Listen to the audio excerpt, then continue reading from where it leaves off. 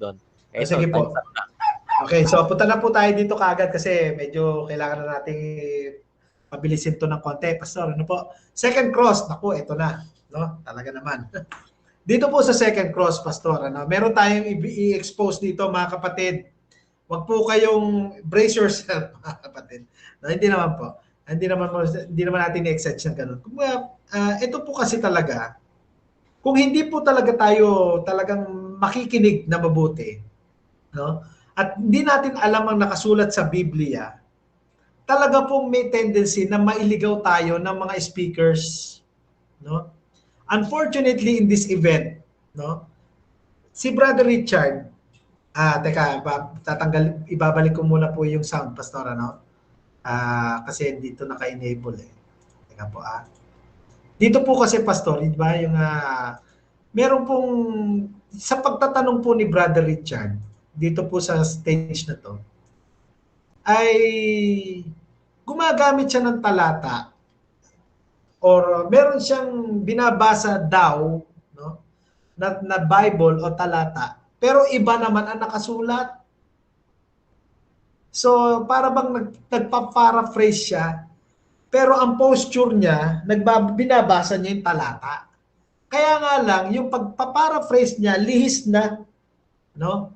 Ang keyword po dito, mga kapatid, ang gusto ko pong i-expose dito, yung paggamit ni Brother Richard sa kanyang pagtatanong ng Romans 13, verse 10. Okay? Verse 10. Ang ginagamit niya po lagi sa pagtatanong, itong phrase na ito, tumutupad sa utos. Okay? Tumutupad sa utos. Yet, hindi po yan ang nakasulat sa Biblia.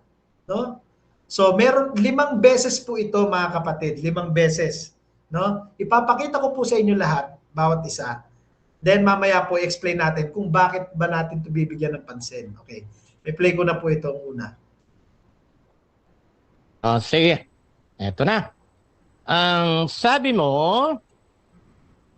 ang kautusan o yung pag-ibig, pag naka-ibig ka sa iyong kapwa, tumutupad ka sa kautusan. Tama o mali? Ayun, narinig niyo po mga kapatid, tumutupad. No? Tumutupad ka.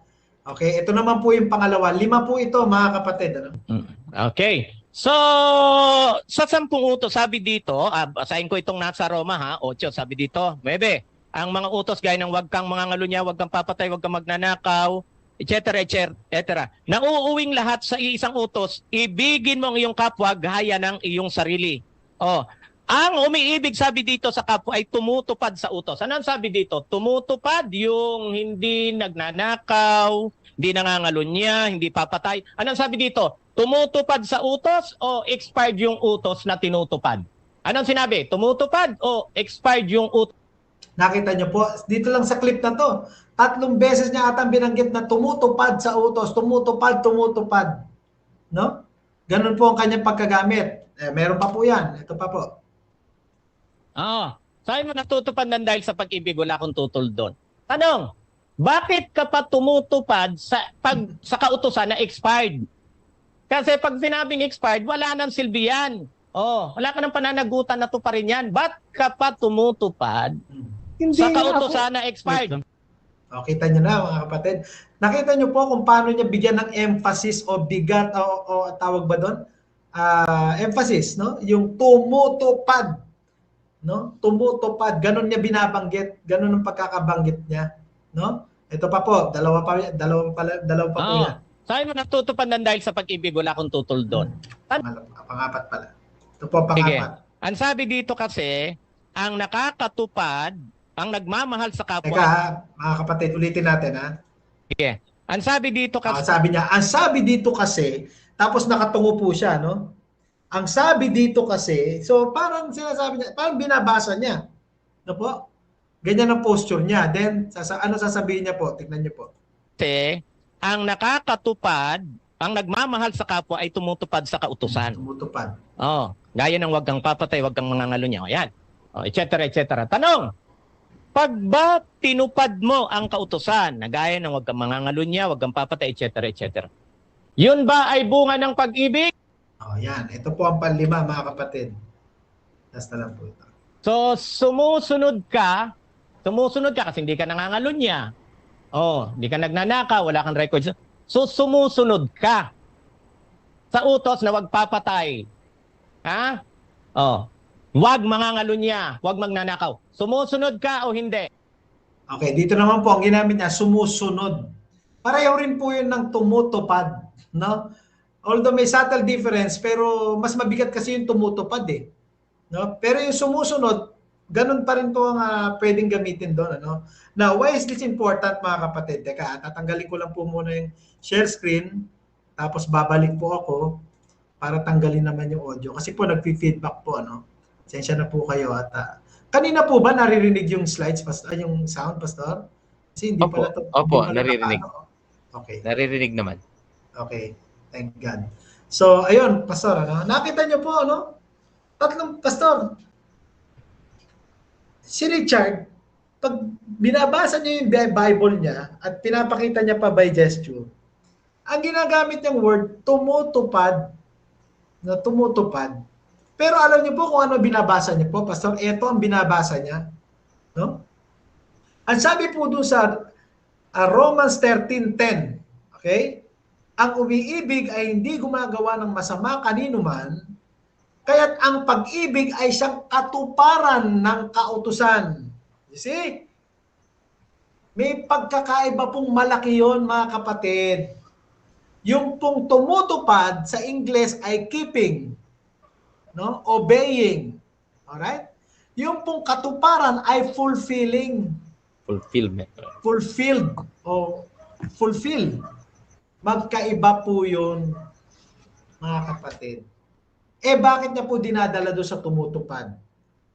Kailangan niya po dalhin doon para palabasin na si Bishop ay kung tumutupad ka, Bishop, sa mga kautusan na ito na nasa verse 9, di umiiral pa 10 utos. Ganun lang po logic doon, mga kapatid. Kaya, pinipilit. Nakita niyo naman po, 5 times, mga kapatid. 5 times niyang ginagawa yun dito sa cross-examination niya. Buti na lang si Bishop ay marunong din. Although hindi niya nase-sense, baka hindi niya, kasi unang-una mga kapatid, hindi niya nga binanggit kung anong salin yung binabasa niya. Napansin niyo po ba? Wala. Dapat kasi pag nagbabasa tayo, sometimes binabasa rin natin o pinapakita natin sa screen. No? Pero wala eh. Hindi ata nakikita ni Bishop yon during that time. Buti na lang, maganda rin yung sagot ni Bishop. Sinasabi ni Bishop, hindi kami tumutupad. Kinorek niya pa nga po yun eh. May isang instance po, mamaya makita natin doon sa syntax. Ano? Ito po, lahat ng salin ng magandang balita Biblia, ang nakalagay, katuparan ng kautusan. Hindi po tumutupad sa utos. Hindi po gano'n. No? Bakit ganun gamit ni Richard? You see, mga kapatid? Ang salita ng Diyos, ito medyo malapit. Tinutupad natin. Parang pwede, di ba? Tumutupad, tinutupad. Pero ano pa nakalagay? Ang buong kautusan. Paano ngayon yun? Tutuparin mo buong kautusan? Yung GNT, sabi, obey the whole law. You see, mga kapatid? Sa mga salin po talaga, katuparan, fulfilled. Ano? So yan po yun, ano? Yan yung mga tanong niya na ang gaganda naman, nasasagot ng maayos ni Bishop, Pastor. No? Kagaya po, halimbawa ito, sabi niya, ang sabi mo, ang kautusan ay yung pag-ibig. Pag umibig ka sa iyong kapwa, tumutupad ka sa kautusan. Nahuli ka agad ni Bishop eh. No? Nakakatupad, sabi niya, hindi tumutupad, nakakatupad. Yun nga rin yung sinasabing katuparan. Gusto ko lang i-correct, sabi ni Bishop. Hindi tumutupad. Ayun. Maganda dahil alam ni Bishop yung pagkakaiba ng dalawa, pero hindi niya lang siguro nase-sense kung bakit makulit dito si Richard. No? Kasi parang siyempre, wala namang iniisip na masama si Bishop. Ano po? No? So, ganyan po. Halimbawa, sabi niya pa, ito. Sabi mo, natutupad ng dahil sa pag-ibig. Wala akong tutol. Tanong, bakit ka pa tumutupad? Ang ganda ng sagot dito ni Bishop. Hindi nga ako tumutupad sa 10 utos na expired. Kundi ang tinutupad ko ay ang gabay ng Holy Spirit. Pag meron kang Holy Spirit, sabi doon, hindi ka papatay, hindi ka magnanakaw dahil meron kang pag-ibig. Hindi 10 utos ang ine-emphasize ng mga talatang iyon, kundi pag-ibig na bunga ng Holy Spirit. Ano yung sinasabi ni Bishop? Yung verses 8 to 10, pag-ibig ang pinag-uusapan doon, hindi yung pagtapad sa kautusan. Pero ang SDA, naka-focus sa verse 9. Tapos, pagdating sa verse 10, babaliin nila yung nakasulat. Yan ang problema po, Pastor. Malinaw po ba, Pastor? Nakakuha niyo po ba? Opo, opo. Yan. Malinaw